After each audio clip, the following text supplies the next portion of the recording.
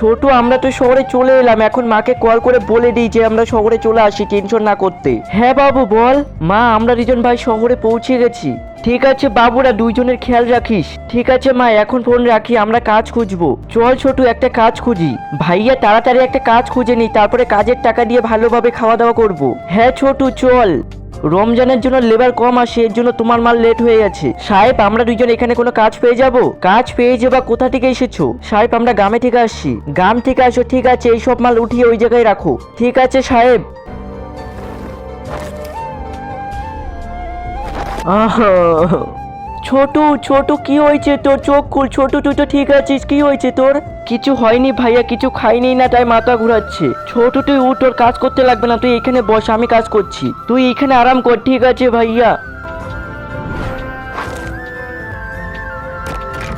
সব কাজ করে ফেললাম, এখন সাহেবের কাছে গিয়ে টাকা নেই, আর আমাদের ইফতারের সময়ও হয়ে গেল। ছোট এখন তোর শরীর ঠিক আছে, চল এখন সাহেবের কাছে টাকা নিয়ে নেই, তারপর তুই সেই টাকা দিয়ে ভালোভাবে ইফতার কর। সাহেব কই চলে গেল? এই ভাইয়া শোনো, সাহেব কই চলে গেল? আমরা কাজের টাকা নেব। সাহেব তো এখনই বাইরের দিকে চলে গেল। কি? হ্যাঁ সাহেব কালকে সকালে আসবে।